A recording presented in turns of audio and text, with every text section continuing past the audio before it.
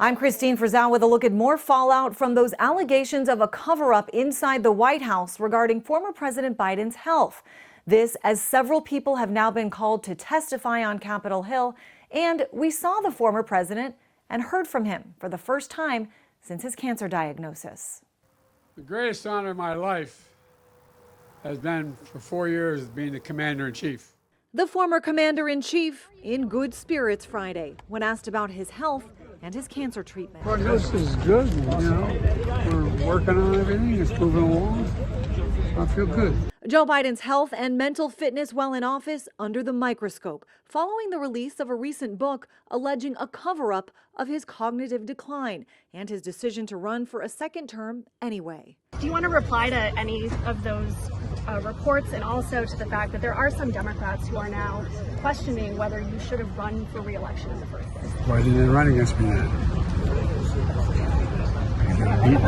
On Capitol Hill, a new probe now underway by the House Oversight Committee, with Biden's doctor, Kevin O'Connor, as well as 4 top aides now communicating with GOP lawmakers on providing possible testimony, including about the use of an auto pen in his final months and hours in office. We want to know who gave them the authority to do that, and we want them to walk us through the exact process of how major items of huge legal consequences like pardons and executive orders ended up being placed in the auto pen and having Joe Biden's signature forged on there. The former president's team denying any wrongdoing, as new questions are also being raised after interviews with Secret Service agents, leading to this stunning claim. This Secret Service whistleblower actually was assigned to Biden, and he told me that Biden used to get lost in his closet in the mornings in the White House.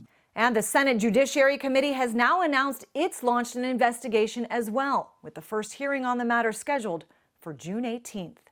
I'm Christine Frizzell reporting. I'm Matt Gelka in Washington, where questions are swirling over how the White House handled former President Joe Biden's health. Former President Joe Biden didn't have a prostate cancer diagnosis prior to last week, according to his spokesman.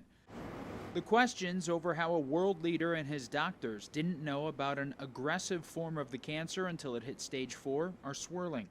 The spokesman said Biden's last screening was in 2014, when the president would have been 71 or 72. With guidelines recommending against automatically screening men over the age of 70 for the disease. Congressman Greg Murphy, a urologist, says those guidelines can be patient-specific. Why he had not gotten a PSA in a decade really is beyond me. Is it that the doctor didn't recommend it, or Biden didn't accept it, or what? When did he get the biopsy, I think, is critical. The diagnosis comes as fallout is still ongoing from a damaging book from CNN anchor Jake Tapper and Axios reporter Alex Thompson. The book documents a cover-up of Biden's decreasing mental acuity during his time in office. The reporting on the former president's mental fitness not being revealed in detail until now is also getting picked apart from both the left and the right. The point is, forgetting about the fact how weird it is that the news is selling you a book about news they should have told you was news a year ago for free. You've been in Washington 30 years, Jake. You guys, you and CNN have White House connections, but there was no effort, none, to get to the bottom of this. And now for you guys to write this. Tapper also admitted he would have covered things differently. This was a deterioration. This was a progression. And look, knowing what I know now, obviously, I feel tremendous humility about my coverage. Wisconsin Republican Senator Ron Johnson told Axios on Wednesday that he's launching an investigation into how the White House handled Biden's health. Reporting in Washington, I'm Matt Gelka. President Biden's prostate cancer diagnosis is sparking questions among health experts on how such advanced cancer went undetected during his presidency. Emma Withrow from the Fact Check team joining us now to discuss this further. Are doctors saying there were any signs pointing to this diagnosis when Biden was in office? Kind of depends on who you ask, but when it comes to Biden's 2024 physical exam, his doctor described him as a healthy, active, robust 81-year-old. But Dr. Ezekiel Emanuel, who is an oncologist who served on Biden's COVID-19 advisory board. He thinks that last physical was definitely leaving some vital details out. Emanuel said, quote, he didn't develop cancer in the last 100 to 200 days. He had it while he was president. So if someone is getting regular physicals, how early can prostate cancer be detected? So from what I found with the American Cancer Society, they said that if you're getting regular physicals that include the PSA blood tests, prostate cancer can often be caught really early, sometimes even years before the symptoms start to show up. Most guidelines suggest starting screening around age 50 or earlier if you're at higher risk.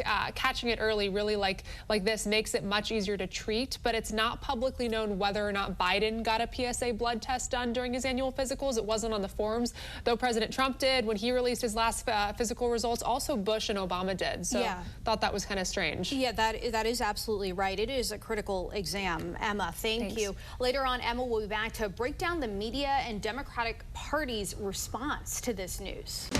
Former President Joe Biden's prostate cancer diagnosis is making headlines, and now questions are resurfacing about his cognitive health during his final years in office. The Fact Check team's Emma Withrow is back to discuss this. So some Democrats now say that Biden shouldn't have run for a second term. What are you hearing? So there's that new book out by CNN's Jake Tapper, also Axios's Alex Thompson, and it really reveals that Biden often forgot aides' names. He lost his train of thought and was really just kept out of public view to hide his decline. The book says a lot of Democratic lawmakers, cabinet members, and donors were all privately shocked about what was going on, but no one was really talking about it in public. To that point, from what we saw, most did not speak out publicly or try to stop Biden from running from re-election. So I'm curious what experts are saying about the media coverage during this time. Yeah, at this point, experts really feel like journalists kind of failed the American people in this instance. They failed to ask the hard questions about what a lot of people were already seeing. A Wall Street Journal report in 2024 cited 45 different sources on this, but was dismissed for lacking names.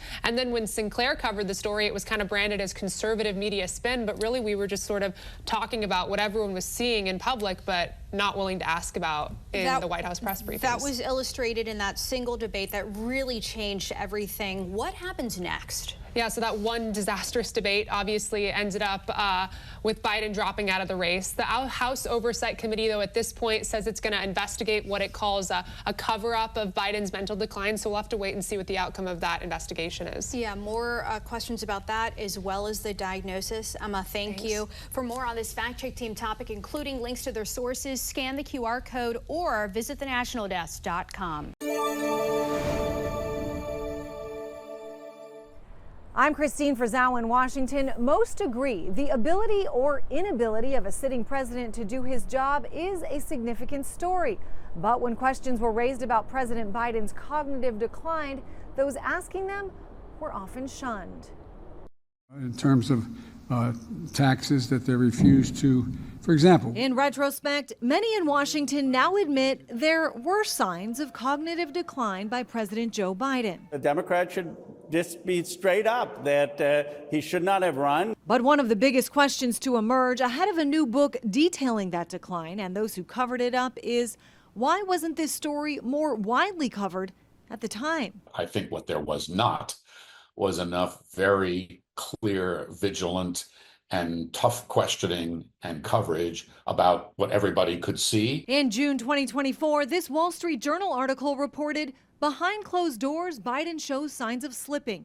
It was dismissed for a lack of named sources, despite speaking to more than 45 people over the course of several months. I am sort of actually embarrassed for the Wall Street Journal. When this company, Sinclair, dug into the story, it was labeled as a conservative media conglomerate amplifying misleading attacks of Biden's fitness. This version of Biden, intellectually, analytically, is the best Biden ever. Following Biden's only presidential debate with Donald Trump, deemed disastrous even by some of Biden's biggest supporters, questions did emerge. The president soon after dropping out of the race. Let's be really clear about this. The president's health, both physical and mental, is a story. The capacity of the person in the Oval Office to think clearly and quickly on these immense decisions and issues that come before him is a critical matter and is, frankly, a lead story.